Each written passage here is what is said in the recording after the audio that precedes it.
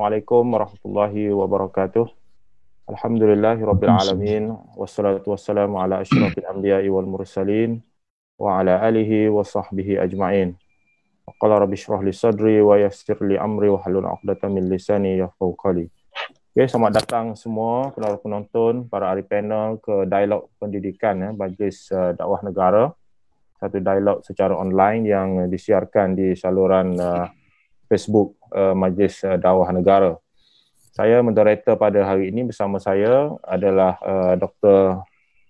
Abdul Hakim bin Muhammad Ramli daripada USIM. Saya Azmul Fahimi dari Universiti Kebangsaan Malaysia. Saya nak perkenalkan barisan ahli panel kita. Pertama, Rosmadia Dr. Mahdi Ismail dari Jabatan Pengajian Kenegaraan dan Keselamatan. Seperti online yang disiarkan di saluran Facebook. Mungkin ada ahli panel yang boleh tutup dulu mic . Kemudian ahli panel yang kedua, Siti Ainiza Kamsari bekas wartawan kanan utusan Malaysia.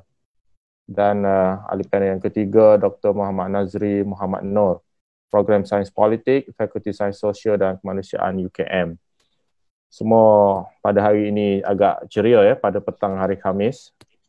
InsyaAllah kita tajuk pada hari ini kita akan membincangkan tentang kembalinya utusan Malaysia.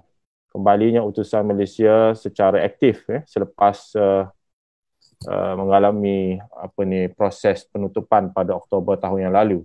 Dan kita nak lihat kepada cabaran mendidik minda rakyat. Baik, seperti mana yang kita tahu, utusan Malaysia adalah sebuah akhbar perdana yang lama bertapak, mempunyai sejarah yang panjang, dan dalam dunia persurat khabaran, utusan Malaysia dianggap sebagai lidah kepada orang Melayu dan juga kepada rakyat. Bermula di Singapura, utusan dengan nama Utusan Malaysia.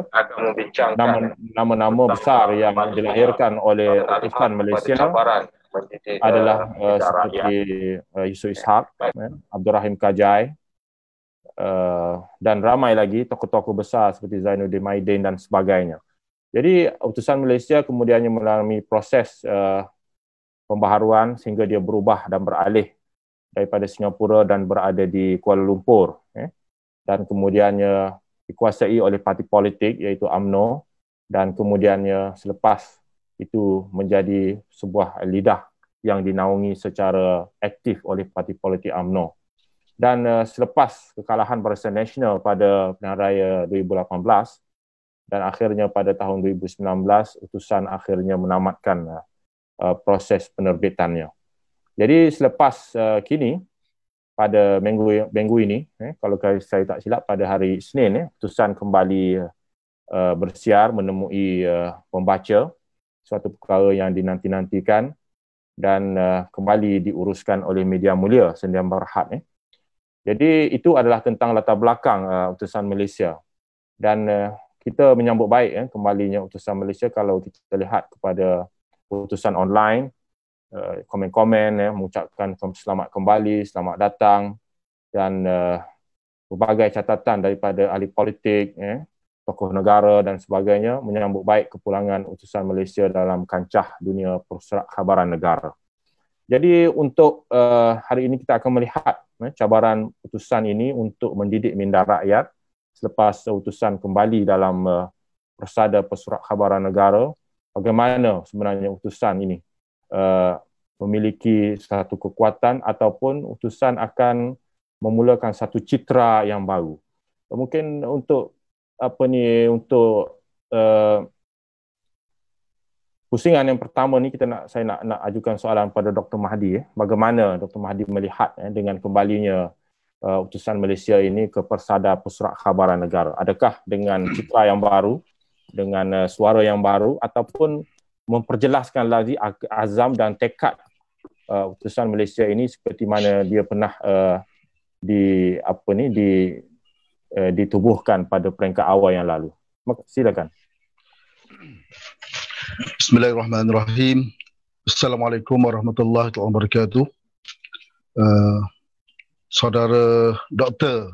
Azmul selaku moderator ini bersama dengan Dr. Hakim, para barisan ahli panel Dr. Nazri, kawan saya, Puan Siti Ainiza, juga para penonton yang diraikan sekalian.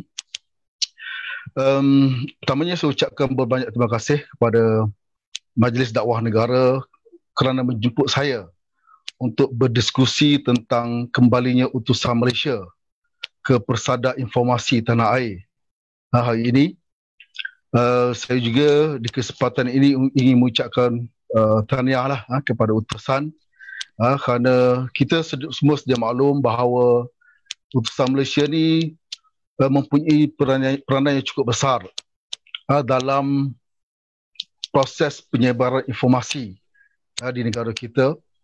Kita semua sedia maklum sumbangan utusan Malaysia, kalau dulu dikenali sebagai utusan Melayu, sejak daripada, kalau tak silap saya, dia mula ditubuhkan pada tahun 1938 dan penerbitan pertama dimulakan pada tahun 1939. Kalau kita tengok pada ketika itu, utusan Melayu memainkan peranan yang cukup signifikan dalam membina minda rakyat. Yang mana kita lihat macam mana utusan telah berjaya memainkan peranan dalam mengetengahkan isu-isu yang berkaitan dengan kepentingan rakyat. Macam mana dia mengetengahkan isu apabila pihak British mengeksploitasi sumber hasil bumi, melaksanakan pelbagai bentuk diskriminasi terhadap penduduk di Tanah Melayu, khususnya di kalangan orang-orang Melayu. Macam mana utusan Malaysia akhirnya memainkan peranan yang cukup besar dalam menyuntik semangat kebangkitan nasionalisme di kalangan orang-orang Melayu. That's why pada ketika itu kita dapat lihat macam mana tokoh-tokoh ternama Tanah Air macam Tunku sendiri, Datuk Jaafar sendiri, Syed Syekh Al-Hadi, dan nama-nama lain seperti mana yang disebutkan oleh Dr. Azmul tadi, telah memberikan sumbangan yang cukup bermakna dalam mengembangkan lagi penyebaran informasi, khususnya dalam menyuruh dan membangkitkan kesedaran di kalangan penduduk Tanah Melayu.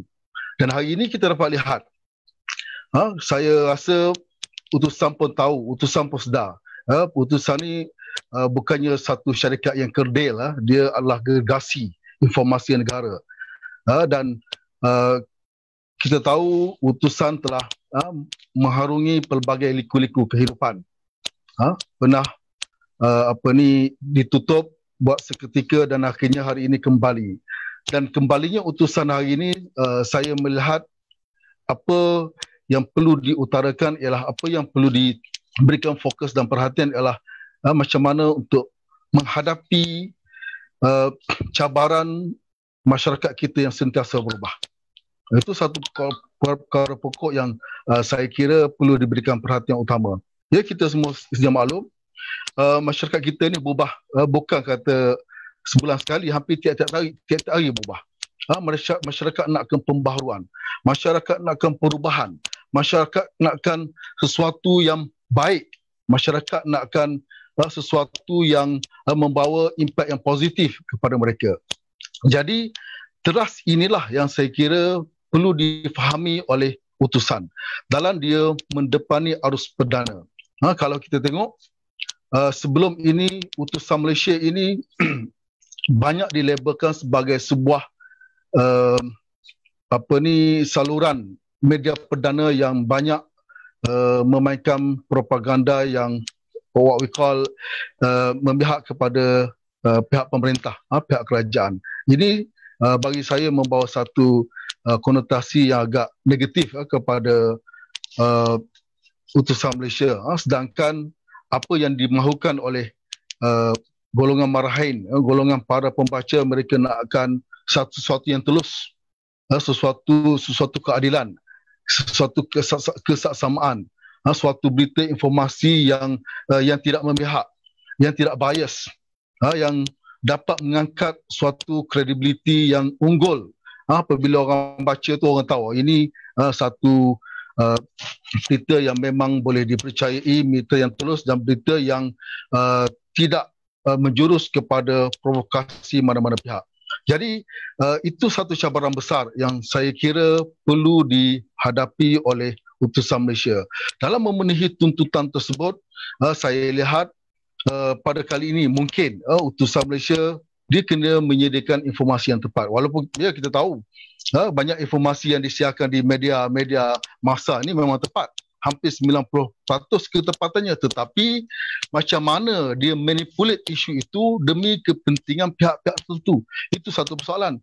Dan kita semua tahu pihak media ni dikawal oleh pihak-pihak yang ada kepentingan. Macam utusan Malaysia kita tahu macam mana dana dia datang, macam mana link dia dengan pihak kerajaan kita tahu, tetapi dalam menyediakan informasi kepada rakyat, saya kira dia kena ketengahkan apa yang sewajarnya, apa yang rakyat perlu tahu, berita yang benar yang tidak perlu kepada manipulasi yang besar. Dan kita tahu media ni juga akan menyiarkan berita-berita yang ada kepentingan dengan pihak stakeholder mereka.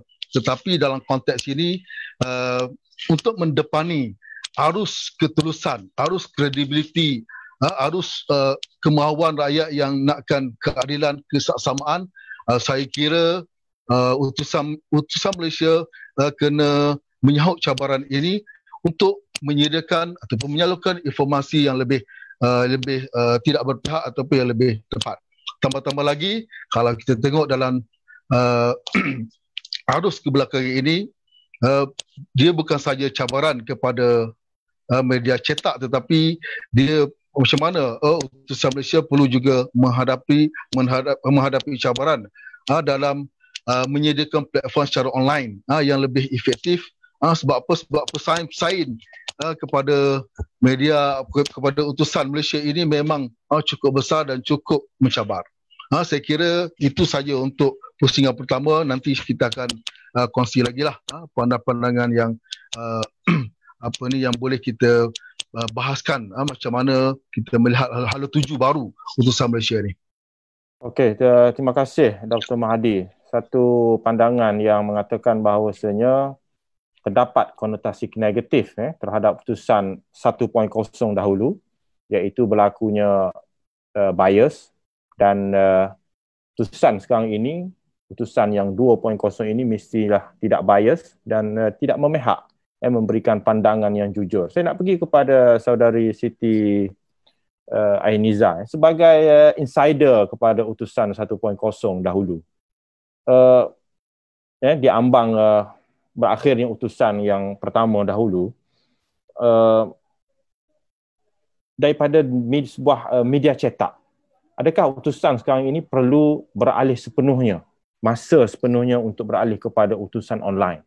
Dalam keadaan orang memerlukan kepada digital, maklumat pendigitalan. Kita lihat akhbar-akhbar yang dijual di kedai-kedai sekarang ini tidak lagi banyak jumlah unitnya, tetapi kemungkinan pada era digital ini orang sudah tidak lagi mahukan berita, tetapi orang memerlukan analisis. Orang memerlukan analisis, orang dahagakan kepada analisis ataupun naratif. Orang nak tahu apa naratif dan cerita yang diolah oleh para jurnalis itu. Silakan.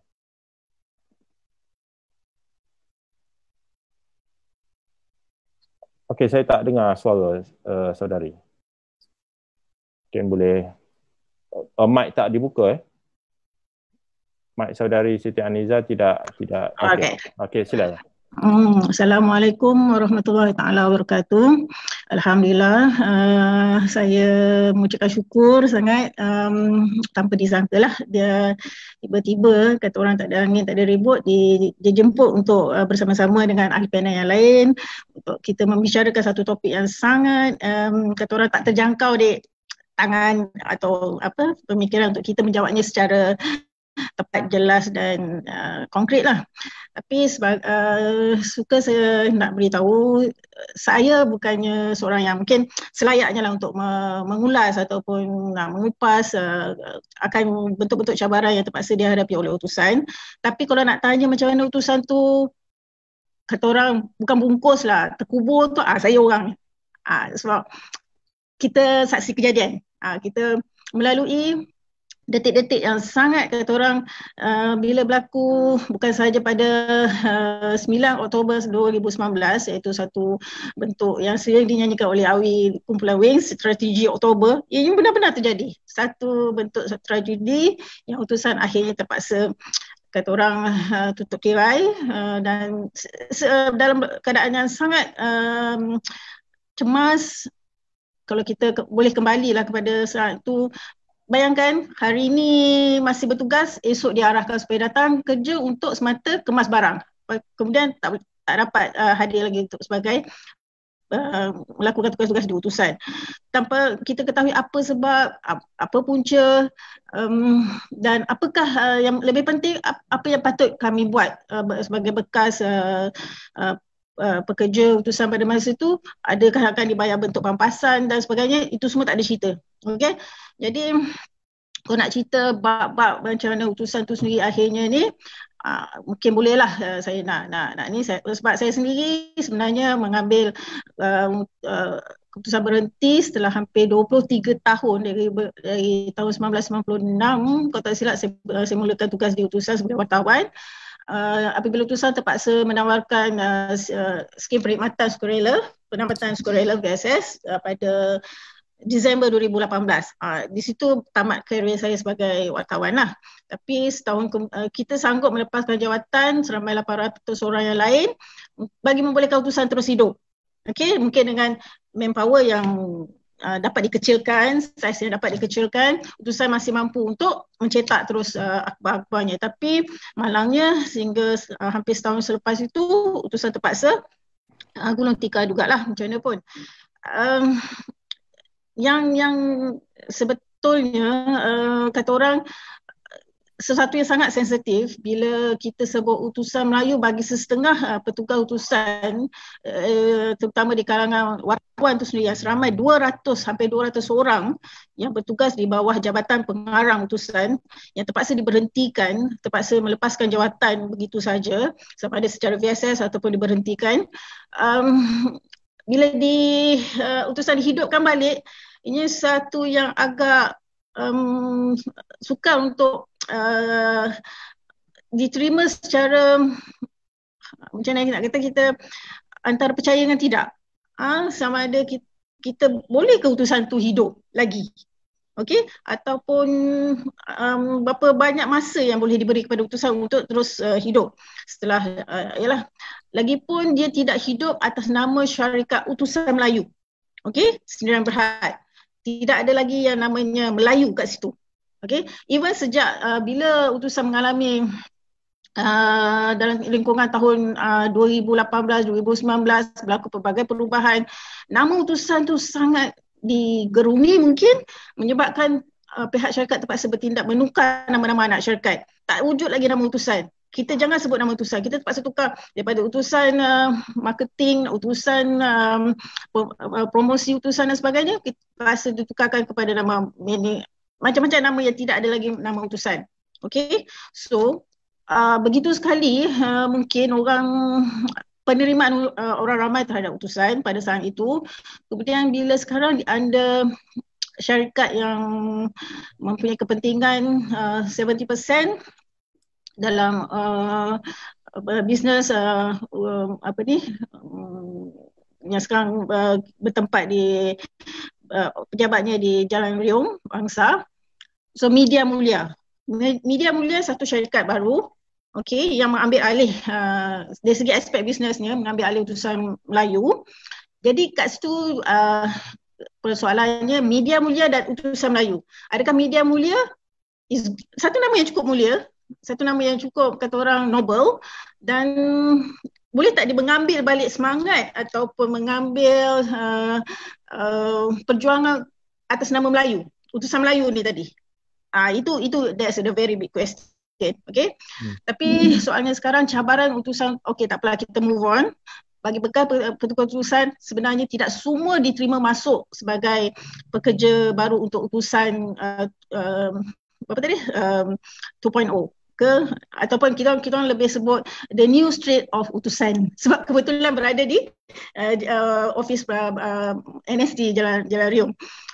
The new utusan ni tadi hanya mampu menerima tak sampai suku daripada jumlah asal pekerja utusan Jabatan Pengarang utusan yang asal, iaitu sampai hanya 50 orang kalau tak silap. Jadi adakah dalam kapasiti 50 orang ni tadi mampu untuk mencetak kembali utusan? Okey, mampu tak dia untuk memenuhi segala dari muka depan ke muka belakang yang bersifatkan utusan atas nama media mulia ni tadi. Alhamdulillah, walaupun ketua chief editor je kalau tak silap tidak mempunyai latar belakang ataupun dilahirkan di utusan. Okay, he is somebody else, macam soccer foreigner tu tidak, tapi dia masih dalam line journalism. Okay, Cik Azlan Jaafar kalau tak silap, tapi dia punya tim bawah dia adalah kebanyakan memang terdiri daripada orang lama utusan juga, bos-bos kami di utusan, dan sepatutnya selayaknya mereka lah yang akan sepatutnya berbicara di sini pada hari ini, sebab mereka lebih tahu hala tuju, mungkin mereka boleh nampak apa yang mereka akan lalui, segala cabaran yang terpaksa dilalui. Sebab dalam kapasiti jumlah pekerja wartawan tu sendiri yang tak ramai, hanya berbanding dulu kita ada sampai 200 di seluruh negeri, di seluruh negara, tapi hanya dalam lingkungan berapa kerat ni saja untuk menghidupkan utusan. So, tapi sebagai bekas wartawan dan ataupun kita lihat sebagai pembaca utusan itu sendiri, terdapat dua perspektif yang kita perlu lihat, cabaran yang terpaksa utusan hadapi untuk mengubah minda ni. Inilah kerja utusan kita sebagai ejen. Okey. Cabarannya sama ada peringkat luar ataupun biasalah dalaman.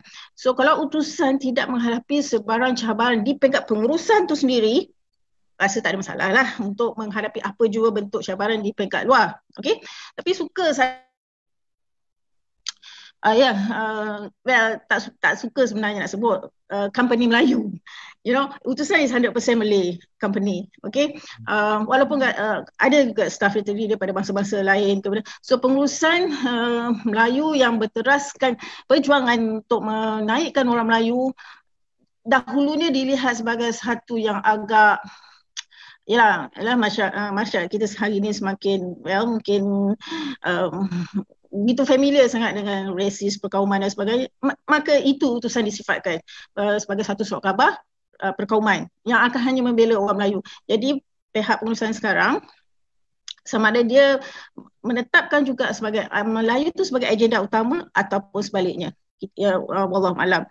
Tapi soal cabaran di peringkat luar ni tadi, tentunya itu perspektif atau pandangan orang ramai terhadap utusan itu sendiri. Terdapat dua, sama ada perjuangan orang Melayu, adakah utusan ini masih lagi dipegang oleh UMNO, berbau UMNO, berwajahkan UMNO, ataupun ialah sebagai parti yang dahulunya menguasai saham yang terbesar di utusan. Jadi itu yang orang masih lagi skeptikal. Okey, adakah utusan masih ada lagi ciri-ciri yang menampakkan parti UMNO ni kat situ? Tapi sebenarnya sebagaimana yang hari ini saya lihat, malah laporan muka depan hari ini iaitu naikkan charge hospital misalnya lah. So kita quote, is nobody else, is bekas Menteri Kesihatan. Okay, Datuk Zulkifli Ahmad. So Saudari Nur Aniza, saya nak teruskan pada soalan tadi, iaitu perlu kepada bercetak atau online pada cabaran sekarang? Okey, dua-dua masih perlu. Dua-dua masih perlu. Saya bukan nak kata sebagai orang lama ke orang baru, tidak. Bayangkan macam mana untuk utusan itu sendiri hidup. Pada one time dulu, macam saya belajar di ITM dulu, utusan diletak di peringkat universiti ni tadi hanya berharga 40 sen.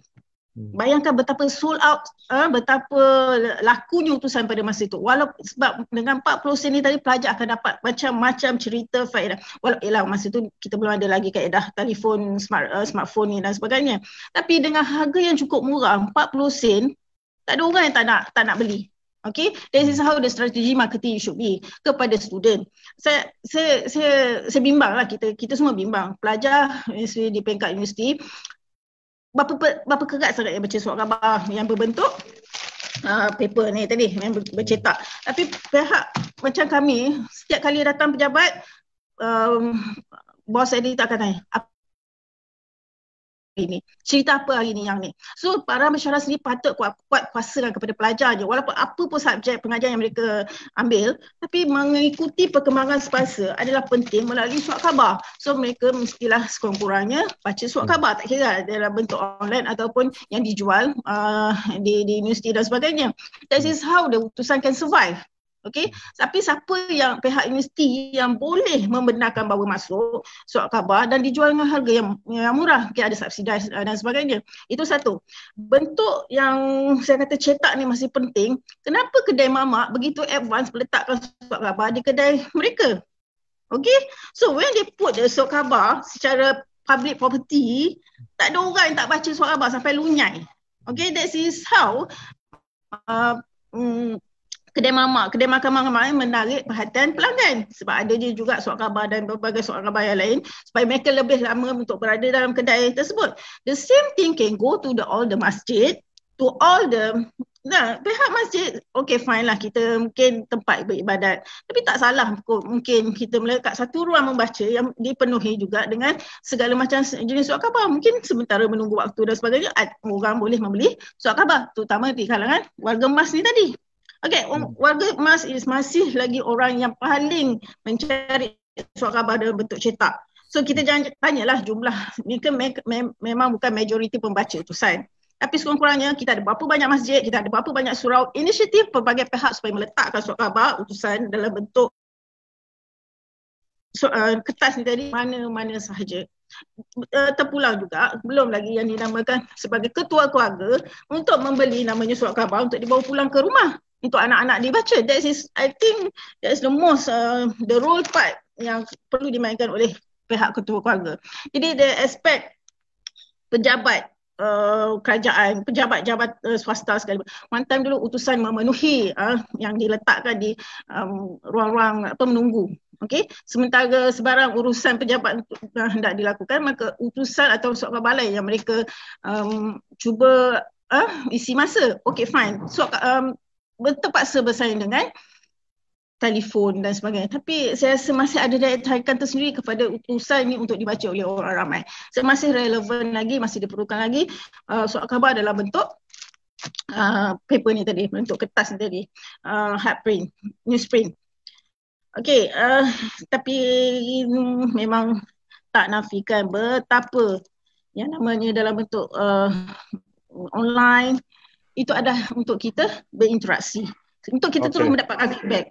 Okey, tak siapa je berita yang disiarkan. Okey, terima kasih untuk pusingan yang pertama. Saya dapat beberapa perkara di situ seperti roh keutusanan itu. Adakah soalkan sekarang ini sama ada utusan sekarang ini masih lagi membawa roh keutusanan yang lama itu. Saya nak tanya Dr. Hakim, kalau ada satu pencerahan Dr. Hakim, silakan.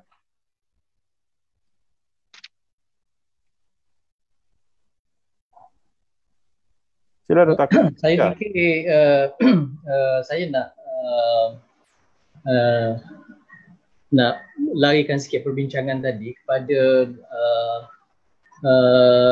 hala tuju baru utusan ni, sebab kalau kita perhatikan sebelum ini utusan dengan tema ataupun moto minda rakyat sekarang ni dengan satu tema baru ataupun moto baru, pembaharuan pemikiran. Jadi mungkin agaknya Dr. Nazri boleh ulas sikit tentang hal ini. Nampaknya seolah-olah ada satu perubahan yang pada saya besar kerana ia merupakan langkah awal untuk kita lihat bagaimana utusan 2.0 memainkan peranannya untuk kali ini. Saya rasa itu yang saya nak dengar daripada Dr. Muhammad Nazri. Okay. Silakan Dr. Nazri. Terima kasih Dr. Hakim dan juga Dr. Azmul. Kalau kita lihat daripada evolusi utusan kan, saya ingat lebih sesuai kalau nak pakai konotasi 1.0, 2.0 tu kan, saya ingat lebih sesuai yang sekarang ni adalah 3.0 kan. Sebab 1.0 tu kalau daripada segi sejarah kita boleh kata bermula 38, 39 sampai tahun 67. Masa tu utusan tu pemilikan oleh awam kan. Kemudian lebih kurang tahun 60-an kan, pemilikan tu oleh parti sebagaimana kata Puan Siti tadi kan. Dan pada hari ini adalah kepada milik syarikat kan, dengan kawalan oleh parti itu semakin berkurangan, tapi mungkin ada kawalan secara tidak langsung lah kan. Jadi itu yang kita katakan sekarang ni adalah bentuk 3.0 kalau bagi saya, kalau yang lebih tepat lah. Dan kawalan pegangan syarikat utusan dengan tingkah laku karakter akhbar itu sendiri memang ada peranan. Maksudnya ada impak langsung pegangan dengan tingkah laku wartawan, hala tuju dan sebagainya kan. Kita boleh lihat tahun 38, 39 bila awal ditumbuhkan, sebenarnya rentetan tu daripada awal lagi, utusan Malayan Tribune dan sebagainya sejak tahun 1900. Hala tujunya ketika itu adalah untuk mendidik dan juga mengembangkan sentimen kebangsaan, kenegaraan ke arah menumpaskan pentadbiran British di Malaya, tanah Melayu, dan seterusnya untuk mencapai kemerdekaan. Jadi ketika tu timbul intelektual tempatan kan, Zakbar, Yusof Ishak sendiri, Chris Mas dan sebagainya. Jadi konotasi ketika tu mata pena lebih tajam daripada mata pedang tu begitu hebat sebenarnya. Dan apabila merdeka, utusan kekal menjadi wadah suara yang independen, membawa suara orang ramai, melangkaui kepentingan kelas yang tertentu, golongan yang tertentu, parti yang tertentu. Jadi wacana yang dibawa, naratif yang dibawa, kan, analisis yang diberikan itu dekat dengan hati ramai dan menyentuh pelbagai puak-puak yang lain kan. Jadi sedikit sebanyak apabila utusan itu begitu popular dan begitu cakna dalam membincangkan dan juga menarik wacana tentang kenegaraan tanah Melayu dan kemudian Malaysia kan, ada pihak yang melihat perlu untuk dijadikan wadah utusan ini sebagai wadah golongan tertentu ataupun parti kan, yang menyebabkan daripada wacana yang diangkat itu adalah wacana rakyat, pencetus fikiran rakyat, minda dan sebagainya kan, menjadi agak propagandistik kan, menjadi partisan. Dan apabila parti bergerak ke kanan dan semakin ke kanan kan, jadi semakin perkauman kan, menyebabkan wacana kebangsaan itu tidak lagi berteraskan kepada wacana-wacana yang sivik, berasaskan kenegaraan, berasaskan kemalaysiaan, tetapi seakan-akan perkauman kan. Contoh yang paling keras adalah masa PRU yang 13 kan, bila undi parti pemerintah ketika itu semakin kurang kan. Jadi framing yang bingkaian yang diletakkan oleh utusan ketika itu di muka hadapan kan, apa lagi Cina mahu kan. Jadi sedikit sebanyaklah sedangkan di bawah bukan undi yang menyebabkan Barisan Nasional ketika itu mendapat lebih kurang kan, bukan disebabkan oleh Cina, tapi untuk lebih adil adalah golongan-golongan kelas menengah, golongan kawasan bandar dan sebagainya, juga di kawasan Sabah dan Sarawak sedikit sebanyak kan. Tapi framing itu agak perkauman kan, jadi menyebabkan wacana kebangsaan itu telah diwarnai dengan sentimen-sentimen kaum dan lebih menjadi satu alat kepada elit ataupun kepentingan yang golongan-golongan yang tertentu yang sebahagian berbanding minda ataupun mewakili kepentingan-kepentingan yang lebih besar, yang lebih umum dan yang lebih ramai kan. Jadi bagi saya dalam konteks pencetus fikiran rakyat tadi itu, dalam utusan 3.0 pada hari ini untuk membawa ataupun untuk mencari, macam kata Dr. Mahathir tadi, hala tuju baru kan, perlu mengambil iktibar daripada apa yang telah berlaku sewaktu utusan 2.0 dulu kan. Kita tak nafi wadah media kan, tentu sekali tak semua wadah media ini boleh bebas 100%. Negara Amerika yang paling maju sekalipun mempunyai akhbar-akhbar yang partisan, yang dimiliki ataupun yang dikawal ataupun yang pro kepada Parti Demokrat ataupun Parti Republikan. Tetapi dalam masa yang sama, mereka juga dengan keras, dengan tegas mengawal aspek kebebasan, kan, ketulusan dan sebagainya. Jadi bagi saya untuk 3.0 dalam satu hal perlu ada imbangan lah. Kalau ada perlu elemen parti dan sebagainya, sebab parti ni pun tak semuanya yang negatif sebenarnya, kan. Tapi kalau kita letak standard, kan, piawaian yang tinggi, okey, boleh kita nak bawa wacana parti dan sebagainya. Sebab parti ni pun juga kalau fikirkan merupakan ejen pendemokrasian yang baik juga sebenarnya. Dan mereka memerlukan wadah dalam membawa kesedaran, dalam menyampaikan informasi, dalam membentuk naratif dengan analisis, kan. Cuma perlu ada standard. Contohnya responsible journalism, kan. Akhbar yang bertanggungjawab. Perlu berasaskan kepada ketulusan, kan. Kita bukan boleh spin ataupun menyebarkan disinformation, misinformation ataupun orang kata hari ni berita palsu sehingga kan merendahkan reputasi akhbar seolah-olah sebagai wacana dekat sosial media semata-mata. Jadi kalau ada standard yang tinggi tetapi ada lagi juga elemen kepartian, bagi saya itu tak ada masalah. Tetapi bila ada elemen kepartian tidak disulami dengan mengangkat semangat perlembagaan, kenegaraan, dan ada sifat yang spinning yang terlalu banyak, kan, sehingga membawa kepada disinformation, misinformation, berita palsu jadi, kan. Dan sekaligus kredibiliti akhbar itu jatuh dan sedikit sebanyak menyebabkan penerimaan, kan, subscription orang ramai kepada akhbar itu akan menjadi rendah sebab orang lihat ini adalah wadah sana sini tanpa agenda tanpa standard ataupun kredibiliti yang tinggi. Sekadar macam kata Dr. Azmul tadi, lebih kepada berikan informasi tanpa naratif yang besar yang boleh kata orang semua orang Malaysia, kan, ataupun kebanyakan orang Malaysia boleh ada rasa sense of belonging ataupun rasa kebersamaan, kan. Saya ingat lagi bila utusan, saya ingat walaupun ketika itu zaman 2.0 tapi tidaklah begitu kepartian sifatnya, kan. Tidaklah begitu pemerkauman, kan. Di sekolah orang baca juga, orang baca berita harian, orang baca utusan Malaysia. Tapi makin lama makin politisasi akhbar tu semakin tinggi, kan, menyebabkan, dan dalam politisasi itu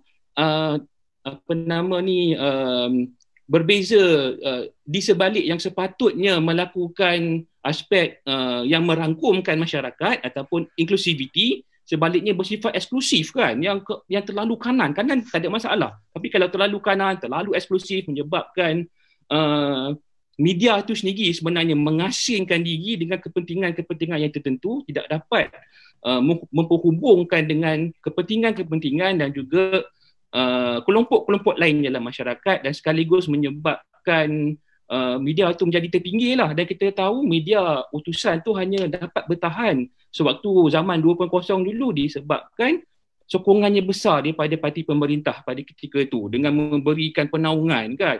Akhbar membeli ribuan akhbar percuma diedarkan kepada sekolah, diedarkan ke jabat-jabat kerajaan dan mewajibkan agensi kerajaan untuk menggunakan iklan di utusan Malaysia. Jadi boleh survive, tapi bukan satu langkah yang kata orang tu lestari, yang sustainable, kan. Sebagaimana kata Puan Siti tadi, langkah-langkah baru diperlukan. Antaranya tadilah dengan lebih menyelami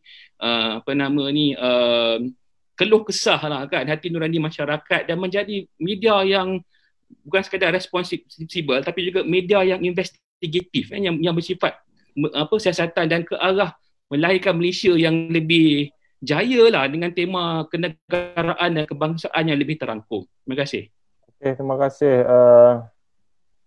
Dr. Nazri. Dr. Hakim, ada persoalan lagi sebelum saya pergi kepada round yang kedua ini? Ya, saya rasa menarik apa yang dibangkitkan tadi, dan kita melihat juga tentang satu tujuan yang jelas sebenarnya, namun dari segi survival, bagaimana agaknya utusan ini boleh menempatkan diri dia dalam kalangan suat khabar yang yang terkenal sekarang ni saya fikir dalam kalangan masyarakat kita secara umumnya seperti Free Malaysia Today dan juga Malaysia Kini yang ternyata lebih awal memulakan langkah masuk ke era media baru. Saya nak minta komen sikit sebelum kita masuk ke fasa kedua. Mungkin Dr. Nazri Nazri, ya. Okey.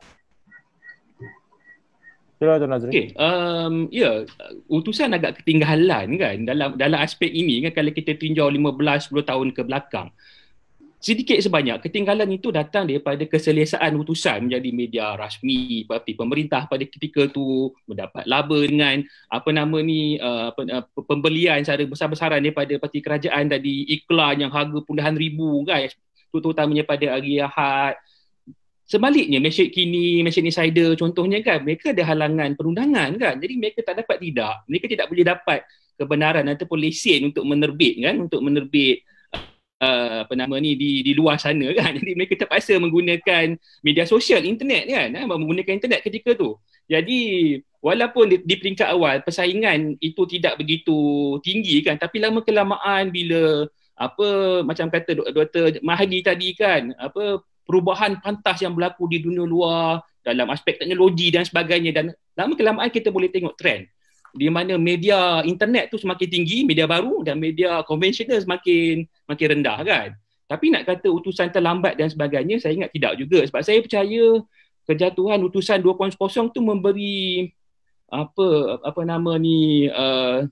iktibar lah kan, kepada utusan untuk lebih cakna dengan pasaran dan juga dengan peranan yang perlu dimainkan oleh media pada hari ini. Nak tak nak, cabaran utusan pada hari ini bukan dalam media internet semata-mata, tapi juga media daripada luar negara, dan juga sosial media dan sebagainya kan. Jadi bagaimana utusan boleh reinvent kan, mencipta semula diri sebagai sebuah akhbar yang berkredibiliti. Kalau boleh pada zaman 1.0 dulu begitu cakna dengan isu masyarakat kan, sebagaimana kata Puan Siti tadi, memang tak terelak juga untuk memakai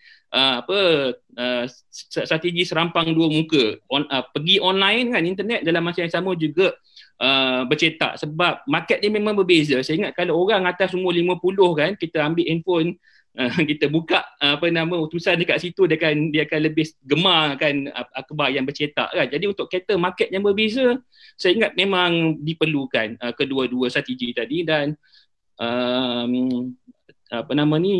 keadaan lain antaranya, selain daripada menjadi akhbar yang lebih cakna dan lebih bertanggungjawab dan sebagainya, perlu jugalah program dengan pada hari ini juga parti pemerintah ada kembali kepada Perikatan ataupun Barisan Nasional. Peluang-peluang juga ada, tapi dalam masa yang sama jangan lupa ambil iktibar dengan yang sebelum, jaga standard dan juga kebebasan sedikit sebanyak, supaya wacana yang dibangkitkan itu adalah wacana yang melibatkan kepentingan ramai, di mana orang ramai boleh ada rasa keboleh percayaan yang tinggi, dan boleh juga kata orang tu terangkum isu yang dibawa itu, bukannya semata-mata melibatkan wacana ataupun kepentingan yang sempit. Ya. Okey, terima kasih Dr. Nazri. Saya nak pergi kepada Dr. Mahdi. Sebelum itu saya nak membaca sedikit sentuhan rencana yang ditulis oleh Yang Berhormat Khairi Jamaluddin dalam utusan Malaysia pada 22 Julai 2020.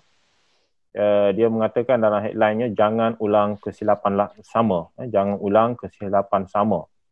Antara yang menariknya lah, utusan juga mempunyai tradisi sebagai lidah Melayu yang tidak memusuhi mana-mana kaum yang lain. Walaupun pendirian yang diambil oleh utusan adalah tegas, tanpa segan silu mempertahankan kedudukan orang Melayu, ia sentiasa dibuat dalam konteks hak masing-masing yang dijamin oleh Perlembagaan Persekutuan. Utusan telah membentuk sarwa jagat Melayu yang sederhana dan berhaluan tengah. Namun tradisi ini juga terhakis apabila liputan utusan tidak hanya mempertahankan kedudukan bangsa tetapi mula menyerang bangsa lain.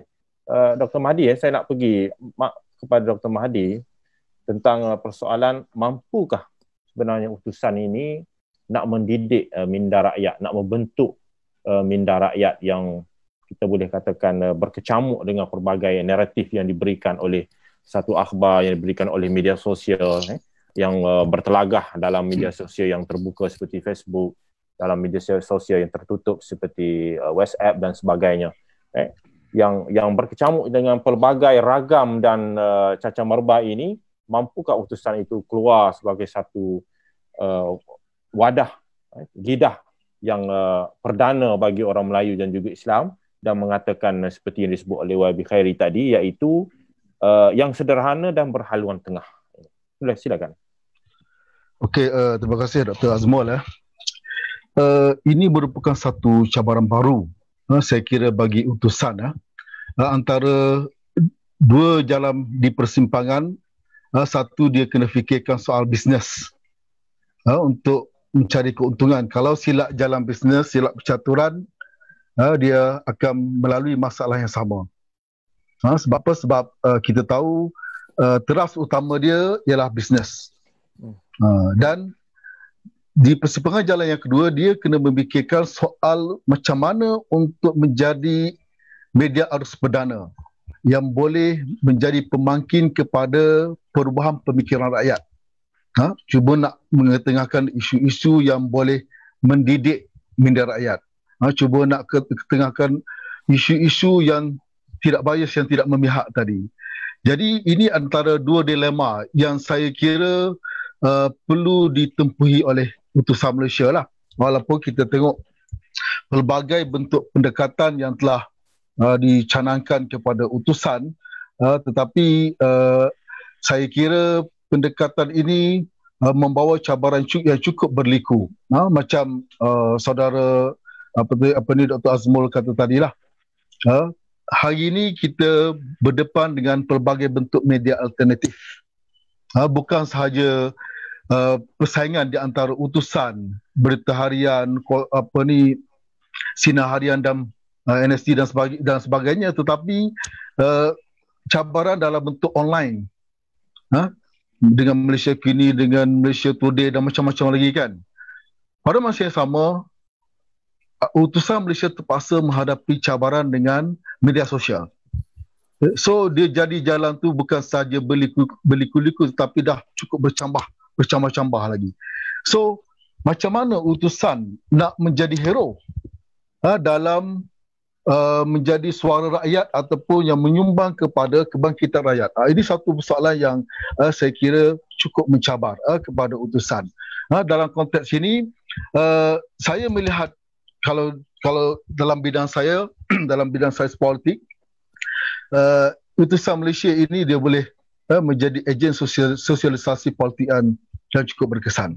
Ataupun dalam konteks yang lebih umum, dia perlu menjadi ejen sosialisasi yang efektif.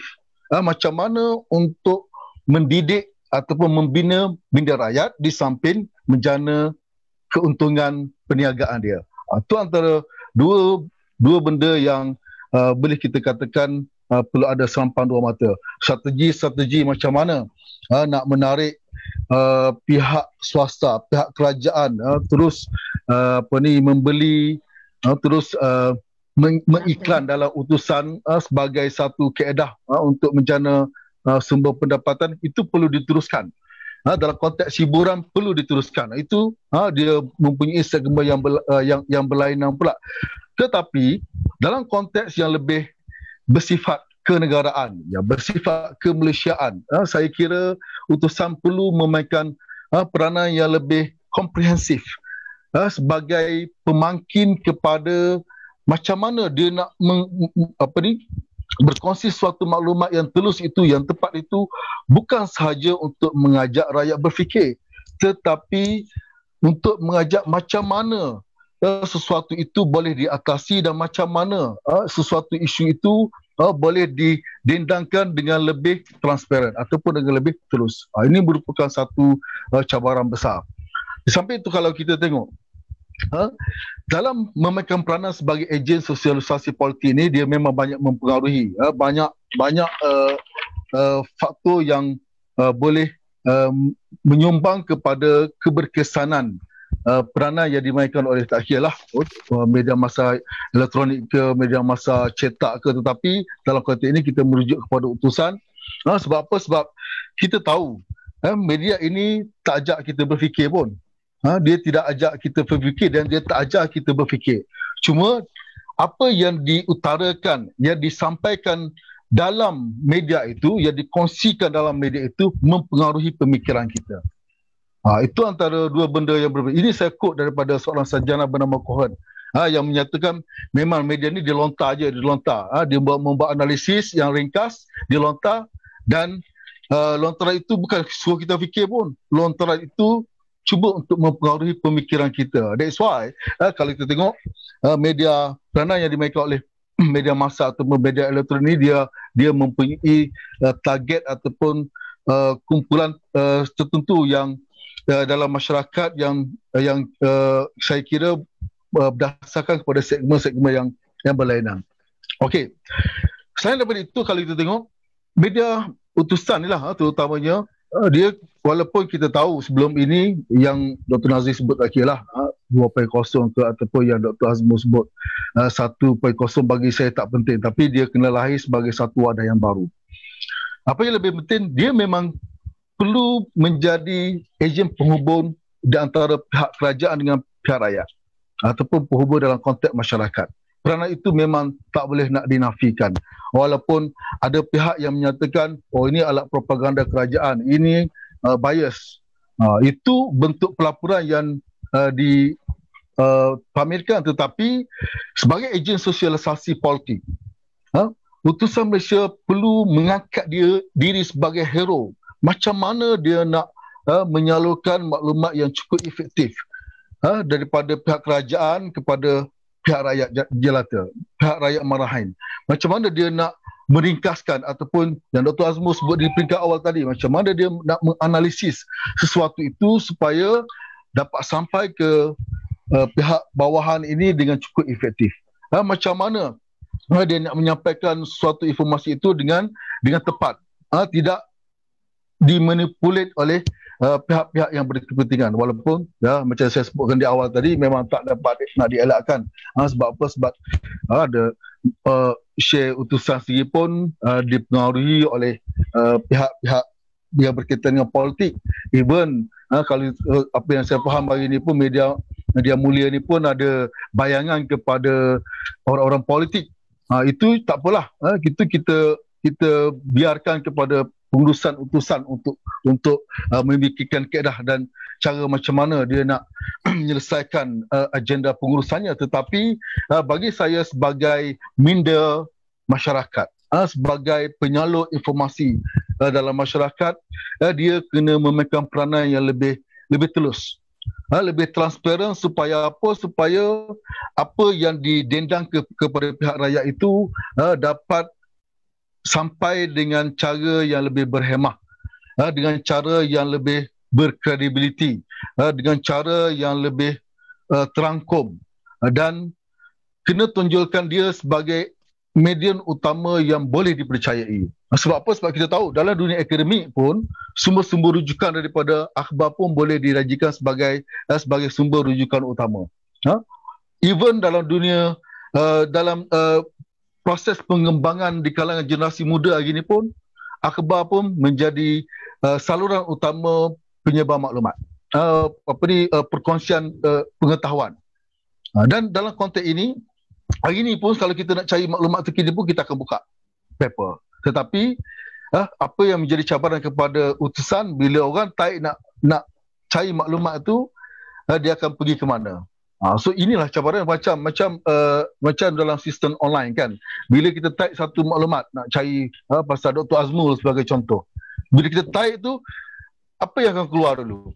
Adakah daripada berita harian dulu, ataupun daripada utusan dulu, ataupun daripada sumber lain dulu? Ini antara benda-benda yang saya kira dapat menarik dan menjadikan utusan Malaysia itu sebagai hero. Walaupun pada masa yang sama dia kena mainkan peranan sebagai alat penyatuan bangsa. Macam apa yang ditulis oleh YB Khairi Jamaluddin itu memang betul. Utusan ini memang dia daripada awal lagi kita tahu dia membawa agenda Melayu, tetapi dia kena faham perubahan yang berlaku pada utusan sendiri dulu memang utusan Melayu, sekarang utusan Malaysia. Agenda Melayu telah pun berubah kepada agenda Malaysia sebenarnya. Dan memang kita tak nafikan oleh kerana di belakang utusan itu ada yang UMNO, adanya orang yang menjadi teras kepada ketuhanan Melayu, tetapi dalam konteks memahami perubahan masyarakat seperti mana yang saya sebutkan di awal tadi, kita kena tengok dalam satu kacamata yang lebih meluas. Kena tengok dalam satu side yang lebih terangkum, bukan saja Melayu tetapi macam mana nak mengangkat dan membina bangsa Malaysia itu sendiri. Itulah yang saya lihat utusan Malaysia kena jadi hero sebagai ejen alat sosialisasi yang efektif, dan pada masa yang sama dia kena jagalah kepentingan perniagaannya supaya apa? Supaya sejarah pahit yang dilalui oleh utusan itu tidak berulang. Okay, terima kasih. Okey, terima kasih Dr. Mahdi. Saya nak pergi kepada Dr. Aniza. Kalau tu sebelum tu Dr. Hakim. Kalau ada respon. Okey, terima kasih atas penjelasan yang panjang lebar daripada Dr. Mahdi tadi. So saya fikir Dr. Mahdi lebih banyak menekankan tentang national agenda. So Dr. Mahdi punya cadangan lah, kalau dia berikan peluang untuk berikan cadangan kepada utusan, bagaimana agaknya utusan perlu mengimbangi antara kedua-dua situasi tadi, antara perniagaan dan juga national interestnya, dan pada masa yang sama juga berhadapan dengan media-media baru yang saya fikir bukan mudah untuk berhadapan dengan mereka demi survival utusan itu sendiri. Tambahan pula sekarang ini kita lihat utusan timbul semula dalam keadaan ekonomi yang sangat parah pada hari ini. Silakan Doktor, kalau boleh ulas sedikit. Okey, terima kasih Dr. Hakim. Satu soalan yang saya kira cukup menarik, dan saya merasakan cukup kerdil untuk memberikan cadangan kepada satu benda yang cukup besar. Sebab apa? Sebab urusan bisnes dengan urusan menjaga kepentingan negara itu dua agenda yang berbeza. Tetapi saya cukup percaya utusan boleh lakukannya. Kita dah banyak lalui, di IB sendiri pun mempunyai matlamat selampang dua mata. Even kalau kita tengok hari ni pun, bila orang masuk universiti pun dia mempunyai matlamat bermata-mata. Banyak simpang siur. So dalam konteks ini saya melihat apa yang lebih utama sekali ialah macam mana utusan wajah baru ini memainkan peranan dalam mengurus takbir dengan lebih efektif. Untuk menjana keuangan dia kena cari pakar-pakar, kena letakkan orang-orang yang boleh menarik, yang boleh menjana keuntungan dalam konteks kapasiti dia lah. Tetapi dalam membina kepentingan bangsa di Malaysia ini, Dr. Hakim, Dr. Azmul, kita ramai pakar. Betul tak? Kita ada ramai pakar, dan saya melihat media massa di Malaysia ini bukan saja utusan untuk umum lah. Media massa di Malaysia ini dia merujuk, tetapi dia tidak menggunakan dengan meluas ataupun tak manipulat betul-betul kepakaran yang ada di Malaysia.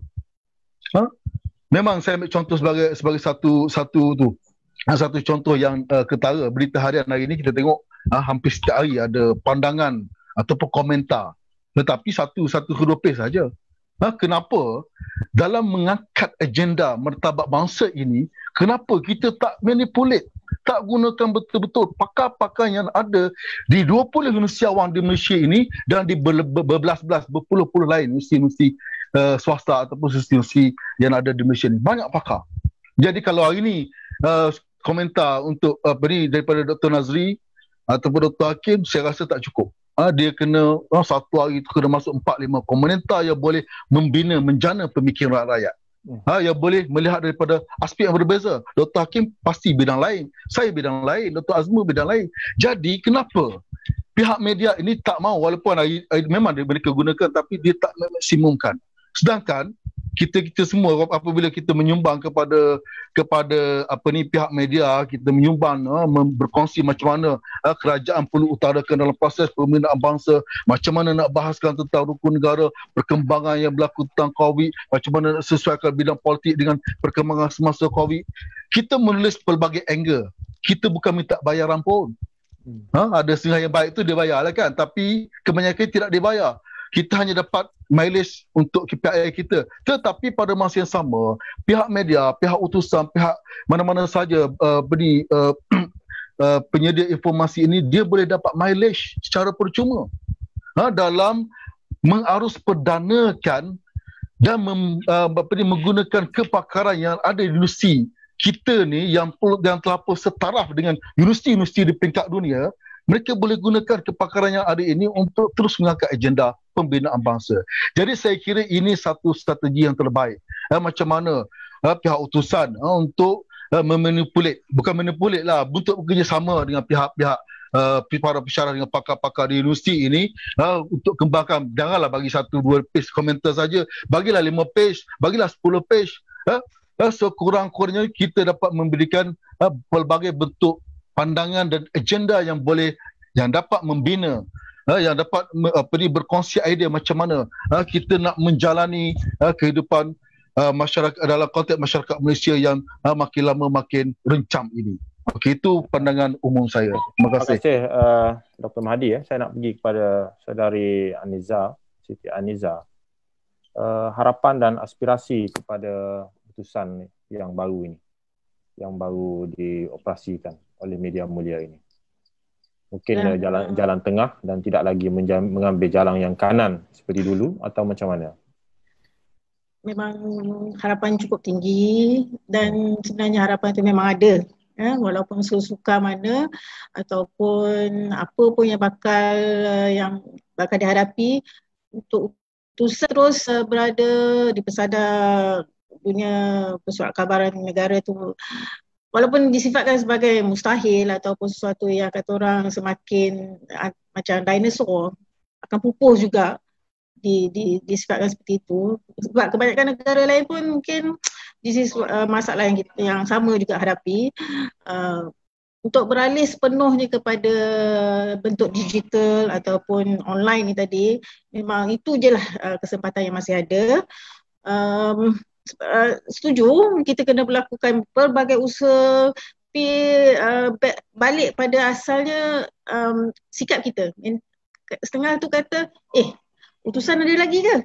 Utusan hidup lagi ke? You know, that kind of stigma, persepsi yang masih ada pada setengah. Dan kalangan anak muda lagi parah lah kan. Bila sebut pada utusan, mereka dah ada set minda yang cukup negatif mengenai utusan. Kalangan pertengahan ni tadi, mereka tak dapat lupakan, mungkin ada yang sebelum-sebelum ni disifatkan utusan sebagai bias, tidak yang begitu memihak. Tapi sebenarnya apa yang utusan lakukan selama ni ialah kita serve pada government. Siapa pun yang menjadi kerajaan, kita berkhidmat untuk kerajaan tersebut.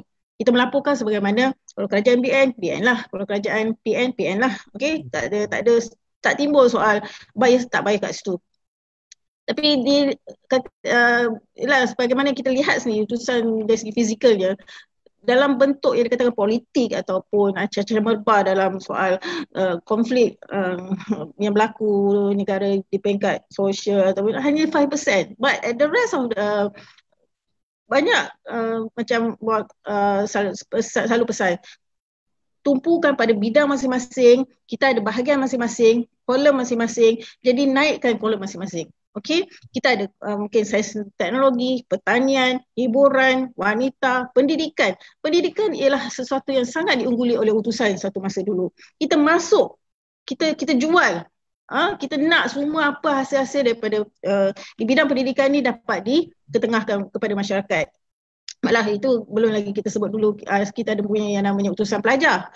Itu memang yang paling efektif untuk kita dekat dengan para pelajar. Tapi dalam ruangan pendidikan utusan itu sendiri, kita lihat itulah caranya bagaimana pihak universiti berebut-rebut nak masuk, nak memastikan apa yang mereka lakukan mendapat perhatian masyarakat. Tapi sayangnya lah kan, pada hari ini kita lihat perlukan satu ruangan yang banyak ataupun yang besar untuk pelbagai pihak membuat sumbangan dan sebagainya. Sebenarnya kata orang sekarang orang satu peringkat nak bukan pembacaan yang serius tapi santai tapi cukup memberikan kesan. So it's no point maybe mungkin untuk kita menyiarkan sampai 4-5 buku surat mungkin, tapi cukuplah pendek, kata tepat dan bernas. Itu yang lebih. Tapi melangkungi, meliputi semua bidang peringkat bahagian. Mungkin tak ada pihak yang rasa tercicir, terpinggir. Terutama sekali agama, budaya dan soal bahasa itu sendiri. So, jadi semua pihak mesti mengetengahkan apa yang dirasakan boleh mengubah minda masyarakat. Terutama dari aspek untuk bagaimana mereka kembali untuk membaca. Iqra' ni tadi. Masalah membaca pun sudah kita belum dapat diselesaikan di pelbagai peringkat umur, latar belakang, apatah lagi untuk memastikan mereka mengikuti apa juga bentuk tulisan yang disiarkan oleh pihak media ni tadi. We have to remember who controls the media is going to control the power. Okay, kuasa menguasai kuasa. Jadi kita mulakan. Utusan akan cuba lakukan, akan mendapatkan feedback apa juga sebagaimana yang dikehendaki oleh mungkin para pembaca, tapi semua usaha ni will take the cost. Okay, tak ada benda yang kata orang boleh percuma ataupun just kata orang lillahi ta'ala aje. No. Okay, mungkin dalam bentuk pengiklanan ni tadi pun mungkin saya perlu sebut juga, sekarang kebanyakannya bajet iklan tu dah macam mereka sendiri boleh buat. Tak perlu pun nak siarkan di surat khabar. Okay, bukan tak ada kesan ataupun dia punya pengaruh di peringkat surat khabar, tapi sekarang dengan adanya media sosial, iklan di surat khabar tu rasa macam pilihan tak akhir sangatlah. Okay, lebih bijak, lebih efektif menggunakan media sosial untuk mengiklankan produk dan perkhidmatan. Jadi kat situ saja kita dah kehilangan sumber yang besar. Okay, ataupun dikatakan sebagai yang dia disebutkan tadi, kononnya mendapat sumbangan daripada pihak iklan daripada pihak kerajaan, parti-parti tertentu dan sebagainya. Bagi saya mana media yang mempunyai jumlah pembaca yang tinggi perlu diambil kesempatan kat situ. What's the point you put the iklan kepada apabila kita tahu surat khabar tersebut tidak mempunyai jumlah pembaca yang tinggi. Okey, kita formula ni macam itulah. Okey, utusan pada satu masa mempunyai jumlah pembaca yang paling tinggi di negara ni. Jadi di situlah pihak kerajaan ke ataupun mana-mana pihak ambil kesempatan untuk meletakkan iklan. Dia tak timbul soal atas kepentingan tertentu harus bajet semua iklan terus kepada utusan. Tak juga. Okey, jadi kalau perlu pun utusan sekarang memang kata orang perlu non-partisan. Tidak ada sebarang memihak ataupun kiblat kepada mana-mana pihak. Tapi in the same time kita jangan lupa pihak ni tadi mahu semua pihak parti, kerajaan nak menyampaikan apa yang ni perlukan media. Media ni segala macam. Utusan masih ada dia punya peranannya kat situ. Sama ada kita nak spin, nak twist, melarikan daripada fakta, sebenarnya kitalah media yang terikat kepada etika kewartawanan. Media sosial lain, kita belum tentu mereka ada yang dinamakan, this is very common nowadays. It's no point kata orang macam dah tak relevan pula untuk kita mengajar di peringkat student komunikasi massa soal-soal etika ni tadi. Sebab coming back, orang sekarang dah bebas nak tulis apa, nak cerita apa. Okay, bagi saya tidak timbul lah macam utusan tak, okay memanglah tidak ada bau politik tu, that is how we going to get the readers. Politik ni masih ada pengaruh ataupun dia punya pembaca yang setia dengan utusan ni tadi. Nak tak nak kita kena cerita juga. Kita kena, tak ada cerita yang kata orang kalau perlu nak sumber. Kita quote bulat-bulat sebagaimana yang sumber kata. Tak lebih daripada tu. Kebanyakan sebagai pengalaman saya sendiri bertugas sebelum ni, saya tak perlu pun nak menokok tambah ataupun berlebih-lebihan dalam melaporkan apa jua berita. Sebagaimana yang diberitahu oleh pihak sumber, itulah yang kita siarkan. Dan pihak editor sendiri pun tak perlu nak buang masa untuk edit, nak mengubah dan sebagainya. Kita kejar deadline, kita kejar untuk cetak. Jadi kenapa kita buang masa untuk menukar segala macam bentuk fakta yang ada. Tapi itulah apa pun yang kita cuba siarkan adalah kesan-kesannya yang tersendiri mengikut kepentingan masing-masing. Itu kita tak boleh nak elak. Okey, terima kasih Saudari Siti Ainiza. Saya nak pergi pada Dr. Nazri. Dr. Nazri, adakah anda percaya suatu hari nanti utusan tidak akan lagi dicetak? Malah akan mengikut jejak Malaysia Kini, FMT ataupun Malaysia Insight, Malaysia Today ataupun sebagainya?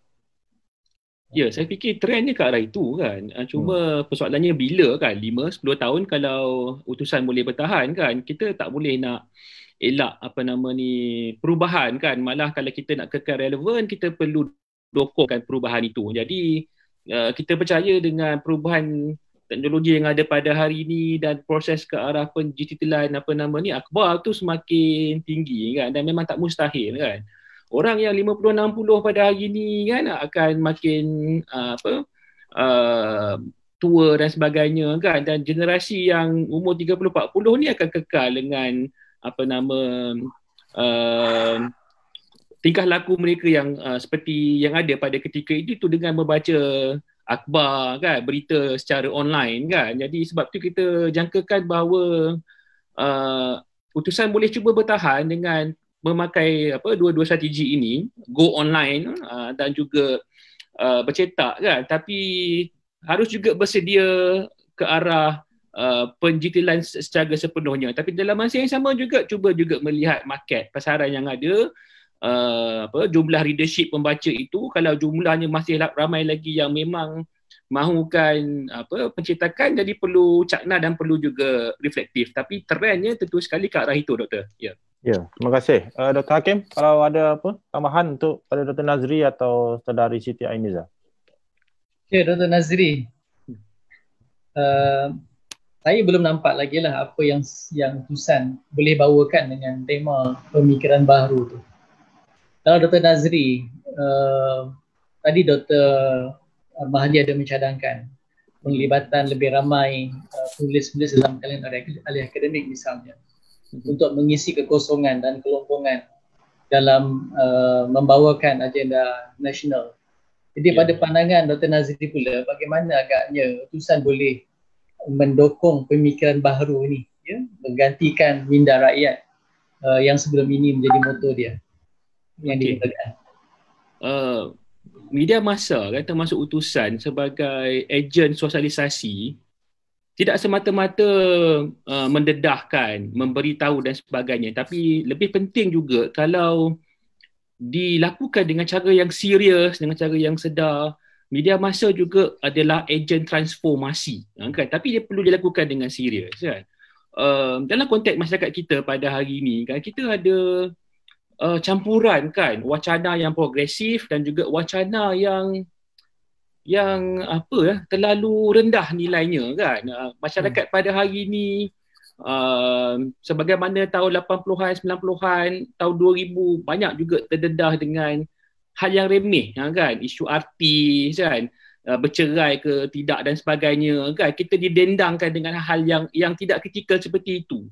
Kalau kita ada peluang kan, ataupun bandingkan dengan negara maju seperti UK, Perancis kan, kita boleh lihat bagaimana wacana tentang rakyat, tentang negara, isu-isu besar, debat dan sebagainya itu begitu menyebar luas, begitu dekat dengan hati rakyat. Saya ada peluang beberapa kali naik teksi, naik Uber kan. Dan kita tahu pemandu teksi dan pemandu Uber ni kalau dekat barat tu kiranya dalam serata sosial tu di kelas pekerja kan.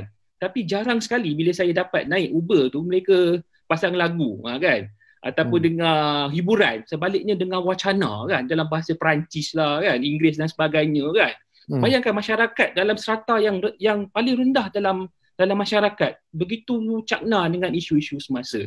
Jadi saya fikir ini market yang kurang dalam akhbar Melayu. Macam kini dia buat dan nampaknya dapat mencakupi pasaran untuk orang bukan Melayu. Dalam masa yang sama juga cabaran juga kerana masa kini ada versi dalam bahasa Malaysia kan. Jadi bagaimana mungkin utusan boleh mungkin mencabar melengkapkan ataupun menyanyi naratif-naratif yang dibawa oleh Malaysia kini dengan cara yang intelektual, dengan cara yang akademik kan. Dan malah kata Dr. Mahdi tadi, kalau dapat dibuat secara yang pragmatik kan, dengan bantuan-bantuan ratusan ribuan pensyarah yang ada ni, saya ingat boleh sebenarnya kan.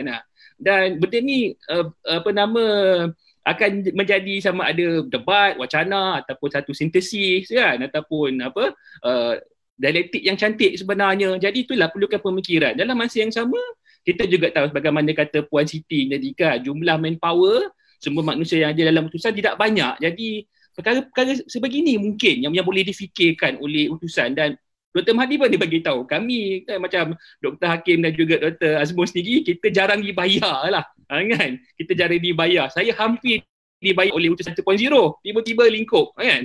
Jadi tak apalah, kita solidariti dengan Akbar kan, tak apalah saya halalkan kan. Tapi itulah, kita ni tak kisah macam kata Dr. Mahdi kan, kita ada mileage untuk KPI dan sebagainya kan, tapi itu sampingan kan. Tapi suka apabila kita boleh berkongsi kan, apa yang kita pelajari, apa yang kita fahami dengan orang ramai. Jadi saya ingat itu pasaran yang utusan boleh buat. Tapi itulah, cuba jaga jugalah macam kata Dr. Mahdi tadi, dilema yang utusan ada kan, nak pro perniagaan ke, nak pro masyarakat, nak pro elit ke, nak pro rakyat. Jadi cubalah, kadang-kadang kita nak ke depan kena makan keliling kan, tapi jaga juga in a way lah kebebasan yang ada dalam meletakkan kembali utusan sebagai satu akhbar kan, ataupun media yang penting bagi masyarakat Malaysia, tidak semata-mata orang Melayu sebenarnya. Ya, terima kasih. Okey, terima kasih Tuan Nazri. Untuk penutup kita dah hampir tamat kepada round yang kedua ini.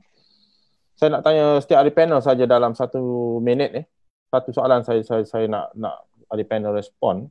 Dulu utusan adalah satu institusi. Tak kira 1 poin berapa pun, 2 poin berapa pun, dia adalah satu institusi untuk orang Melayu, untuk rakyat Malaysia. Selepas ini bagaimana, Dr. Mahdi? Adakah kekal satu institusi ataupun akan menjadi suatu media baharu yang kerdil ataupun sama rata dengan media-media yang lain? Okay, ringkas saja. Terima kasih Dr. Azmur lah. Memang agak sukar untuk menjawab persoalan sedemikian sebab benda yang berbentuk jangkaan ini satu benda yang di luar kemampuan kita kan. Tetapi saya melihat kalau kena cara dan gayanya, utusan Malaysia ni dia bukan saja boleh menjadi satu institusi, tetapi dia boleh menjadi wadah kepada rakyat jelata. Sebab apa? Sebab bukan saja peranan yang perlu dimainkan oleh peranan utama yang dimainkan oleh utusan itu sendiri, tetapi saya melihat utusan dia kena cari jalan macam mana nak meletakkan standard dia, kedudukan dia seiring dan sejalan dengan pencabar-pencabar arus media yang lain. Tak kira lah media sosial dan media masa. Bagi saya kurang setuju kalau pada suatu hari nanti utusan tidak lagi mencetak secara real. Dia hanya bertukar kepada online semata. Saya rasa tidak. Walaupun dalam mungkin jumlah yang semakin kecil, tetapi memang ada keperluan untuk utusan terus mencetak dan menyediakan bentuk informasi yang sesuai dengan kehendak dan selera rakyat kita. Kita ni makin lama makin tua, tak baca online, tak boleh baca online ni, kena baca on real juga. Barulah rasa kehidupan sebenar kan. Ini nak bergantung telefon kita, pemarah anak kita nak menghadap telefon 24 jam. Kita nak kehidupan yang real. Jadi utusan cukup pragmatik sekiranya dia dapat terus mengekalkan identiti dia sebagai penyalur berita dalam bentuk bercetak, dalam bentuk online, dan pada masa yang sama kekalgah sebagai sebuah institusi yang efektif. Terima kasih. Okey, terima kasih Tari Siti, Ainiza. Okey, kita lihat pada perspektif sekarang ni, ialah gaya yang lebih ke arah moden dan sebagainya, contemporary, dan ni kita wujud namanya istilah influencer. orang yang berpengaruh. Siapa yang berpengaruh, dia ada pengikut yang cukup ramai, cukup, yang boleh menukarkan segala bentuk gaya hidup. Okey. Jadi apa yang perlu utusan lakukan ialah cuba mendapatkan influencer ni tadi. Okey, untuk tidak saja dia berpengaruh di media sosial, tapi mungkin dia ada akaun yang mempunyai jutaan pengikut, dan influencer ni ada juga sumbangan di surat khabar ataupun di utusan itu sendiri. Kita sebarkan, kita kongsikan lagi apa yang cuba disebarkan, dipengaruhi oleh influencer ni tadi. Masalahnya sekarang, kalangan yang influencer ni tadi terdiri daripada siapa? Tidak datangnya daripada yang kalangan academician is mungkin kalangan pensyarah, tokoh-tokoh pendidik dan mungkin adalah juga, tapi dalam jumlah yang sangat ni berbanding selebriti. So bukanlah kita perlukan setiap yang ada kepakaran bertukar status menjadi selebriti, tapi dia mempunyai, dia tahu dia punya pengaruh, jadi dia mesti cuba ambil kesempatan daripada kemahiran, kepakaran dia ada untuk mendapatkan pembaca yang mengikuti segala pemikiran media dia dan sebagainya, dan dia juga turut memberikan seperti yang diharapkan tadi oleh banyak pihak, dia ada pengaruh juga di peringkat surat khabar ni tadi. Tapi sebenarnya memang menarik sebab tak semua orang mengikuti apa yang berlaku di media sosial. Mereka akan cuba dapatkan di surat khabar, tapi sayangnya surat khabar cuba nak bertindak berbeza supaya apa yang di media sosial biarlah di media sosial. Mereka akan cuba dapatkan untuk yang sesuai untuk pihak surat khabar. Tapi sikit sebanyak kita mengharapkan supaya tanggalkanlah jubah masing-masing ni tadi. Jadi orang biasa, tapi menulisnya adalah untuk kepentingan semua pihak. Ni tadi. Okay. Doktor, pakar, tanpa mengira apa bidang pun. Jadi utusan kena ada pengaruh influencer ni tadi dibawa masuk ke dalam ni. Tokoh agama, tapi itulah dia harap mereka ni ada yang peranan yang sangat objektif dengan apa yang mereka cuba lakukanlah, jangan ada kepentingan tertentu dan sebagainya. Satu hal lagi mungkin apa yang saya lihatlah, utusan sebenarnya melakukan pelbagai usaha, mereka melakukan penyiasatan, in-depth reporting, investigative reporting is all in ever topic, alam sekitar, dan soalnya kita nak, setengah pihak sendiri kata utusan ada cover ke? Bila masa utusan buat cerita ni, di kalangan pegawai ataupun orang kerajaan sendiri, dia tak baca, dia tak tahu pun apa yang berlaku, apa yang utusan ataupun media lain dah laporkan. Dia tak anggap apa yang dilaporkan oleh media tu credibility untuk dia bertanggungjawab dengan apa yang mereka patut lakukan. Kalau kita harga barang naik dan sebagainya, kita puas, kita cerita sana sini kena lakukan sejauh mana laporan media ni tadi ada memberikan kesan tindakan kepada pihak kerajaan ni tadi, pihak-pihak yang bertanggungjawab untuk membantu menyelesaikan masalah rakyat ni. Jadi penat tak penat pihak media ni tadi, kita never stop. Walaupun tak menghasilkan apa yang sebagaimana diharapkan oleh pihak media ataupun rakyat itu sendiri, tapi masing-masing kenalah mengambil media tu, tak kira lah media mana pun, untuk mereka jaga.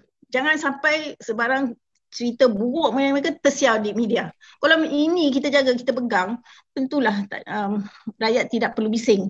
Okay? Mereka mendapat apa yang sebagaimana mereka kehendaki. Tapi jangan, sekarang itu pun yang banyak pihak lakukan. Jangan ada mana-mana pihak bocorkan sebarang maklumat. Anggap apa yang kerajaan ataupun mana-mana pihak lakukan adalah selamat. Tidak ada yang berlaku ketirisan, penyelewengan dan sebagainya. Jadi kita terhad untuk dapatkan sumber-sumber yang sahih, yang betul-betul tahu apa sebenarnya yang berlaku. Okey, ini halangan ataupun cabaran yang terpaksa dihadapi lah. Kita kena untuk melakukan ni terdedah pula dengan soal saman, fitnah, yang dikatakan fitnah padahal kita melakukan sepakai mana yang sepatutnya kita lakukan, mendedahkan apa yang sepatutnya yang perlu didedahkan, tapi tak banyak pihak yang berikan kerjasama yang baik kepada pihak media bagi memastikan media tu mempunyai peranan kepada masyarakat dan negara. Okay. Itu pun cabaran yang sebenarnya utusan bukan sekarang dari peringkat dahulu lagi, apatah lagi sekarang semakin kompleks dan sebagainya. Okay, terima kasih Dr. Nazri. Dulu institusi sekarang lepas ini macam mana? Okey, tentu sekali utusan dengan menghilang lebih setengah tahun kan, bukan lagi satu agensi yang besar ataupun leading figure dalam industri akhbar negara kan. Tetapi dia adalah institusi organisasi akhbar yang paling lama di Malaysia kan, akhbar Melayu, bahasa Melayu. Daripada situ dia sudah ada satu jenama yang begitu besar di kalangan orang Melayu yang tak perlu diperkenalkan lagi. Orang kalau tanya orang Melayu 30 ke atas lah khasnya kan, mesti kenal apa itu utusan kan. Okay. Jadi kalau kita boleh pakai mungkin analogi Samsung lah kan, yang pernah ada masalah dengan Note 7 kan, Note 7 and then ketika tu Oppo jenama-jenama handphone lain naik kan, sedangkan sebelum itu Samsung berjaya membina empire kan. Yang boleh kita ibaratkan dengan utusan juga. Dan pada hari ini kita tengok Samsung cuba kembali bersaing walaupun tidak mendapat kedudukan yang dominan seperti mungkin sebelum 2016 dulu kan, tetapi masih lagi boleh bersaing dengan agak baik. Jadi saya fikir utusan sebegitu sebab ada penjenamaan yang besar di kalangan orang Melayu khasnya, dan mereka juga ada sentimen, dan sebagaimana kata Dr. Mahdi kan, kebiasaan orang-orang lama dengan utusan kan, mungkin sampai 70-80 pun nakkan akhbar yang berbentuk bercetak begitu kan. Jadi market tu masih ada, cuma mungkin makin mengecil, dan itulah perlukan rekayasa kan, dan juga pemikiran yang pragmatik dalam bagaimana boleh mempertahankan kedudukan dan juga identiti organisasi itu dalam dunia yang begitu rencam pada hari ini. Tapi walau bagaimanapun janganlah kita terlalu menekankan aspek keuntungan semata-mata. Sebab asal usul akhbar ini adalah untuk mencetus pemikiran masyarakat, menaikkan kesedaran, membangkitkan nasionalisme kan, melalui pendidikan, intellectualism, aktivism. Jadi bagi saya itu yang perlu diutamakan sebenarnya. Dan saya ingat keuntungan akan datang kemudian kalau kita dapat menghala tujukan utusan ke arah landasan yang sebenar kan, sebagaimana yang dilakukan di peringkat awal dahulu. Terima kasih. Okey, terima kasih Dr. Hakim. Ada mungkin penggolongan lah dalam 1-2 minit. Kita dah bersiaran dalam hampir sejam setengah terasa cepat masa. Azmul beri ruang pada saya pula nak menggulung menggulung. Ya, saya fikir berdasarkan daripada perkongsian buah fikiran daripada ketiga-tiga ahli panel kita, ada buah-buah bernas yang boleh difikirkan dan boleh dikonsider oleh pihak-pihak yang terlibat secara langsung atau tidak langsung dengan akhbar utusan ini. Dan kalau mereka juga kebetulan mendengar siaran kita, saya fikir antara yang menarik untuk diketengahkan ialah kalau kita benar-benar serius untuk menjadi pembaharu ataupun dalam pemikiran rakyat, ataupun menjadi satu vehikel yang boleh membina ataupun menerapkan lebih banyak lagi nilai-nilai dan juga ciri-ciri kebangsaan untuk kepentingan negara kita, maka cadangan Dr. Mahdi tadi untuk meluaskan lagi, menambah lagi muka surat ataupun ruang-ruang pada ahli akademik yang ingin berkongsi pandangan mereka, itu satu cadangan yang sangat baik. Dan kalau saya menjadi editor utusan, saya akan beri ruang kepada ahli-ahli akademik ini untuk berwacana sesama sendiri. Jadi kita tidak perlu kawal minda mereka dan perbincangan mereka, kerana di sana nanti akan timbul idea-idea yang bernas, idea-idea yang matang untuk masyarakat kita pada masa akan datang. Apa yang berlaku sebelum ini, misalnya bila akhbar-akhbar itu memberikan ruang-ruang tertentu sahaja kepada pembacanya untuk memberikan pandangan, khususnya dalam wacana-wacana komentar-komentar, bertujuan untuk membuat satu macam framing dari segi pemikiran. Saya rasa itu satu cara lama. Cara baru, apa yang saya perhatikan, even pelajar-pelajar saya pun, mereka inginkan dan dahagakan satu wacana yang ada dialog-dialog yang menyentuh hal-hal yang bagai. Kalau kita sekat hal ini, maka kita telah menyekat ruang-ruang yang mungkin kita boleh terokai untuk kita memantapkan apa yang ingin kita bina dari segi kenegaraan itu sendiri. Jadi saya fikir itulah salah satu daripada perkara yang perlu kita perlu fikirkan, dan saya fikir semua orang bersedia untuk memberikan ruang ya, ataupun memberikan pandangan mereka dengan ruang-ruang yang disediakan nanti. Sudah pasti walaupun kita sama universiti, sama tempat belajar, pandangan kita sentiasa berbeza. Ya. Betul ya? Terima kasih Dr. Hakim. Saya boleh merumuskan untuk perbincangan wacana pada hari ini bahawasanya kita semua yang memberikan tajuk pada hari ini adalah kerana kita semua sayangkan utusan. Nama utusan Malaysia itu adalah satu nama besar. Boleh dikatakan sebagai khazanah dan sejarah negara, legasi yang ditinggalkan yang perlu diteruskan, dan utusan sepatutnya tidak memihak kepada mana-mana pihak. Utusan perlu menjadi institusi kepada negara seperti ini, dan iltizam utusan dalam 1-2 hari minggu pertama keluarannya itu mengatakan iltizamnya untuk kekal sebagai sebuah institusi pesurat khabaran yang bebas. Jadi kita nantikan iltizam daripada mereka itu, tetapi pada masa yang sama utusan mesti menekatkan ataupun mempertekadkan ideologinya dengan jelas, iaitu ideologi asalnya itu Melayu dan juga Islam dan untuk rakyat Malaysia. Terima kasih semua ahli panel. Terima kasih semua yang menonton, terutama warga utusan Malaysia. Kita ucapkan tahniah kepada warga utusan Malaysia dan media mulia Sedia Berhad. Semoga kita doakan utusan akan terus maju dengan negara. Tak kira fasa yang keberapa sekarang ini, politik pun boleh berubah, ekonomi boleh berubah. Kita pun menganjak usia kepada perubahan ke depan, dan sudah tentunya utusan juga akan mengalami satu proses perubahan. InsyaAllah, terima kasih semua, dan kita berjumpa lagi untuk program yang akan datang. InsyaAllah, jika ada sebarang kekurangan, saya ucapkan berbanyak maaf, dan saya akhiri dengan lafaz wabillahi taufiq wa hidayah. Assalamualaikum warahmatullahi wabarakatuh. Terima kasih ya semua.